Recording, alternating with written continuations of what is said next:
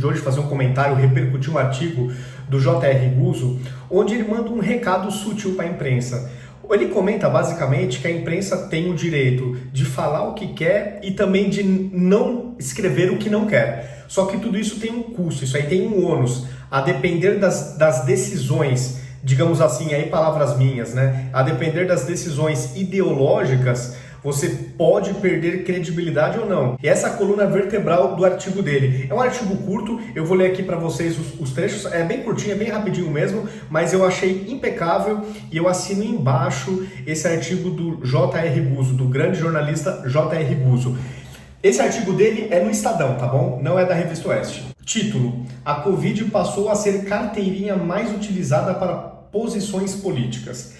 Aí começa ele no artigo. A liberdade de imprensa, como se sabe, não significa apenas que os veículos de comunicação e os jornalistas têm o direito de publicar tudo aquilo que querem, respondendo naturalmente pelas consequências do que disseram. Tão importante quanto isso para a liberdade de imprensa é o direito de não se publicar nada daquilo que não se quer. Ninguém pode ser legalmente forçado a ficar em silêncio. Ninguém, da mesma forma, tem a obrigação de falar, seja lá o que for. Até aqui, perfeito.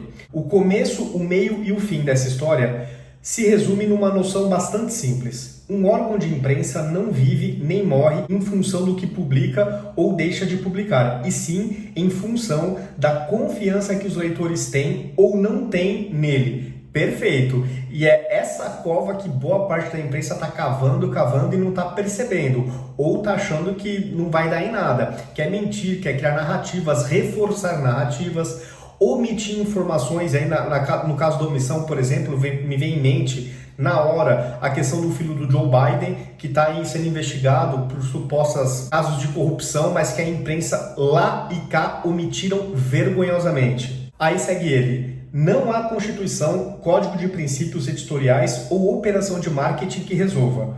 Ou o público confia ou vai embora sem dizer nada e, em geral, não volta nunca mais. Uma das atividades mais antipáticas que se pode exercer neste ofício é a de fiscal de conteúdo. Você sabe o que é isso? A atitude de dizer o tempo todo que o veículo tal fez isso ou aquilo de errado, que deveria fazer assim ou não deveria ter feito assado, etc. Como dito acima, quem resolve essas coisas é o público que paga por elas. E até aqui é perfeito, é o consumidor. Se ele gosta, se ele concorda, ele segue assinando determinado veículo de comunicação. Senão ele cancela. Não à toa, a Folha de São Paulo, Carta Capital, Veja, vem derretendo em termos de números de assinantes, porque o povo não está mais confiando. E é exatamente isso que o Guzzo está falando. O quanto um veículo de comunicação deve engajar o seu conteúdo nesta ou naquela linha de conduta editorial ou política, portanto, é problema privativo de cada um. Perfeito. Neste momento, por exemplo, um dos traços mais comuns entre a maioria deles é a ausência de informações que, de maneira direta ou indireta, possam criar dúvidas sobre a necessidade de combater a qualquer custo a epidemia do Covid. E aqui ele vai colocar um ponto importante. Essa ou aquela notícia que pode ser interpretada como uma objeção ao distanciamento social, essa narrativa, né, que na minha visão já está virando uma narrativa. A luta global contra o vírus, e aí entra a ONU, ou a ação das autoridades legais na gestão da doença. Então não vai ser publicado. Então essa decisão de omitir informações para forçar narrativas, é claro que isso aumenta o descrédito do veículo de comunicação. E ele continua. É assim que não se lê nada, ou quase nada, o que acaba dando na mesma, sobre as denúncias internacionais de fraude maciça no combate à Covid que envolve a Organização Mundial da Saúde, que, aliás, o que ela se desdisse ao longo do tempo, o que ela cometeu de erro, mas que a imprensa, via de regra, 90% da imprensa passou o pano e continua endeusando o OMS, porque a OMS é tudo aquilo que os globalistas querem, que é um órgão supramundial, digamos assim, que esteja por cima de qualquer governo e que dite aquilo que o mundo tem que fazer. Isso é o sonho dos globalistas. E qualquer coisa que possa atrapalhar nessa imagem dá a impressão que boa parte da imprensa omite, passa o pano mesmo de uma maneira assim vergonhosa.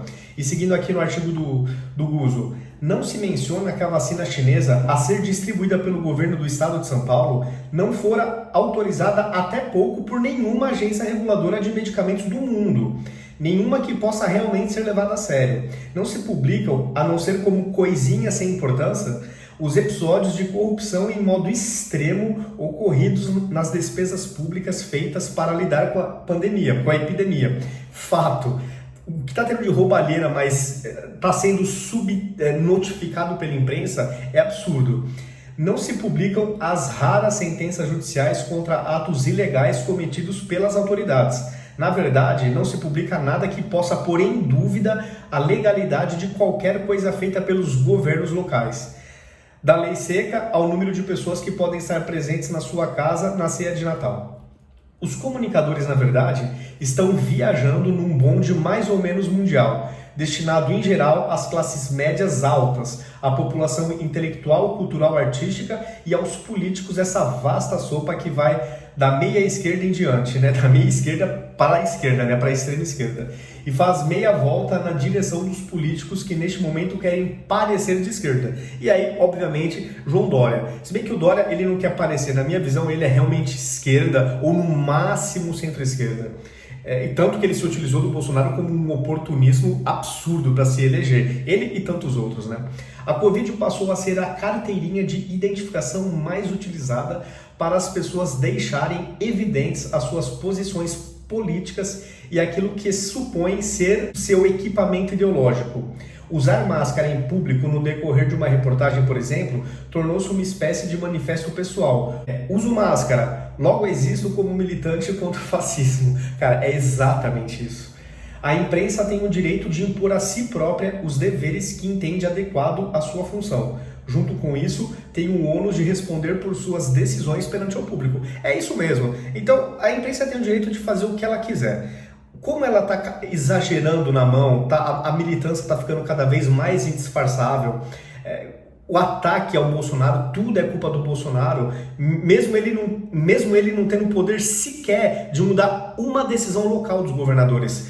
Tudo que ocorreu na pandemia foi 100% vontade dos governadores nos seus respectivos estados. Eles estavam respaldados pelo Supremo Tribunal Federal. Então, dizer que o Bolsonaro é culpado de uma coisa que ele sequer pôde intervir nos estados é uma má-fé, é um desserviço. Então, é óbvio que o que o Guzzo escreveu está totalmente correto. A imprensa pode fazer o que quiser, só que ela não é dona da consciência dos leitores, que podem ou não aderir às suas teses, né? E aí eu chamo as suas narrativas.